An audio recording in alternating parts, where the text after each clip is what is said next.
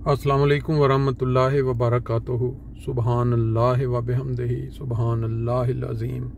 अल्लाहुम्मा सल्लि अला मुहम्मदिन व अला आलि मुहम्मद कमा सल्लैता अला इब्राहीम व अला आलि इब्राहीम इन्नका हमीदुम मजीद।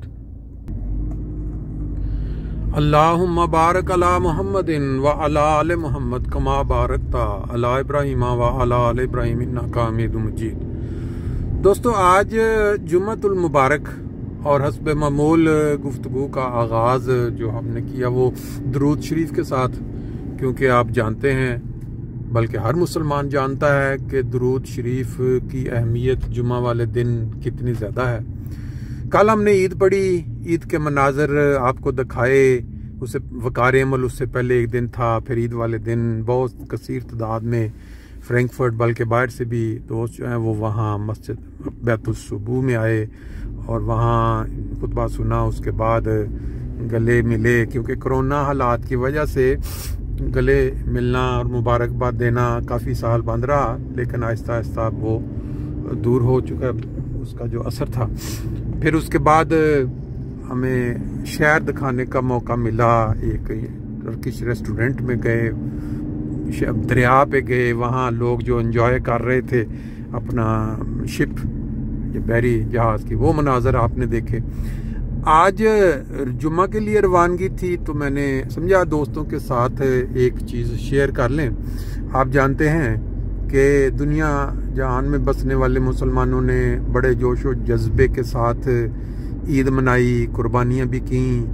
और एक मुल्क सिर्फ ऐसा था जहाँ अक्सरियत जो है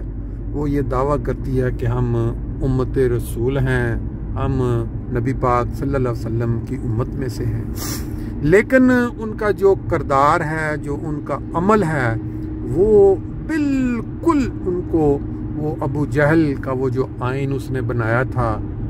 1500 साल पहले नबी पाक सल्लल्लाहु अलैहि वसल्लम की उम्मत के लिए, यानी उनका बाइकाट कर दिया गया था, सोशल बाइकाट कर दिया गया था मक्का में, कि उनको ना तो कोई दुकानदार सौदा खरीदने देगा, वह ना नमाज पढ़ सकेंगे, ना वो अजान दे सकेंगे, ना वो इबादत कर सकेंगे। और आप सब जानते हैं, तारीख बताती है कि 3 साल तक जो नबी पाक सल्लल्लाहु अलैहि वसल्लम के सहाबा थे उनको और नबी पाक सल्लल्लाहु अलैहि वसल्लम को वो एक वादी है जहाँ गुजारना पड़ेगा, वादी अबू शाब या पता नहीं किस नाम की, और वो बहुत ही मुश्किल हालात में मुसलमानों ने। अब पाकिस्तान के अंदर जहाँ आम मुसलमान शिया, सुन्नी, वहाबी, बाकी जितने बड़ी खुशी खुशी वो जो सुन्नत है हज़रत इब्राहीम अलैहिस्सलाम की, ये कुर्बानी की, उसको बजा लाते हुए खुशियाँ मना रहे हैं, एक दूसरे के साथ मिल रहे हैं, ये सारा। लेकिन एक जमात अल्लाह ताला की बनाई हुई ऐसी है जिसके खिलाफ सिर्फ मौलवी नहीं, पहले ये होता था कि सिर्फ मौलवी और बिगड़ी कौम या बिगड़े लोग जिनको मौलवियों ने अपने साथ मिला लिया हुआ था, वो उस जमात के खिलाफ उठ खड़े होते थे और मसाजिद में और गलियों बाज़ारों में नाराबाजी करते थे कि हम नहीं चाहते कि इनकी मसाजिद के ऊपर कलमा लिखा जाए, इनकी मसाजिद के मनार हमें नज़र आएँ, या इनके कब्रिस्तानों के ऊपर कुरानी याद या दुआएं लिखी हों, इनको। अब क्या हुआ है कि अब वहाँ की जो हुकूमत है या वहाँ के जो अदारे हैं वो बाकायदा उनकी मदद के लिए पहुँच गए हैं। अब उनकी डिमांड, पहले ये होता था कि लोग जो एंकर थे या अखबारात थी वो जमात अहमदिया का नाम इस्तेमाल करके, यानी उनकी मुखालफत में सपोर्ट करके, उन जाहिल उलमा की सपोर्ट में मशहूर होते थे रातों रात, और उनको वो दुनिया में पजीराई मिल जाती थी कि ये देखें इन्होंने ये काम किया, और उसके ऊपर बेशक वो बदनामी की पजीराई थी, बदनामी की मशहूरी थी, लेकिन वो मशहूर हो जाते थे और उनका काम चल पड़ता था, उनको कुछ व्यूज़ मिल जाते थे। अब क्या हुआ है कि गवर्नमेंट ऑफ पाकिस्तान के जो अदारे हैं, यानी पुलिस और अदालतें, उन्होंने बाकायदा उनका हाथ बटाना शुरू कर दिया है उन जाहिल उलमा का, जिनके मुतालिक नबी पाक सल्लल्लाहु अलैहि वसल्लम ने 1500 साल पहले बताया कि मेरी उम्मत में एक वक्त आएगा कि जो इस्लाम सिखाने वाले, यानी दीन की रहनुमाई करने वाले, उनके पास जब मेरी उम्मत के लोग पहुंचेंगे मशवरा लेने के लिए मसाजिद में, तो वो जो वहाँ के मेंबरों पे सूअरों और बंदरों को बैठा पाएंगे। ये एक तमसीली पेश गोई थी कि यानी उनकी जो हरकत है वो सूअर और बंदरों वाली हो जाएंगी, उनमें से वो जो इल्म है वो उठ चुका होगा, सिर्फ हरकत उनकी। अब इसमें कोई डाउट रह गया है थोड़ा बहुत भी कि नबी पाक सल्लल्लाहु अलैहि वसल्लम की उम्मत में तमाम मुसलमान जो सुन्नत इब्राहीम पे अमल करते हैं, वो करीब गुरबा के काम, वो गोश्त आता है, एक हिस्सा अपना, एक हिस्सा अजीज़ो कारब का और फिर बाकी बांटने का। अब ये मौलवी हजरात जब उन्होंने समझा कि हमारा शोर व गुल जो है उसके ऊपर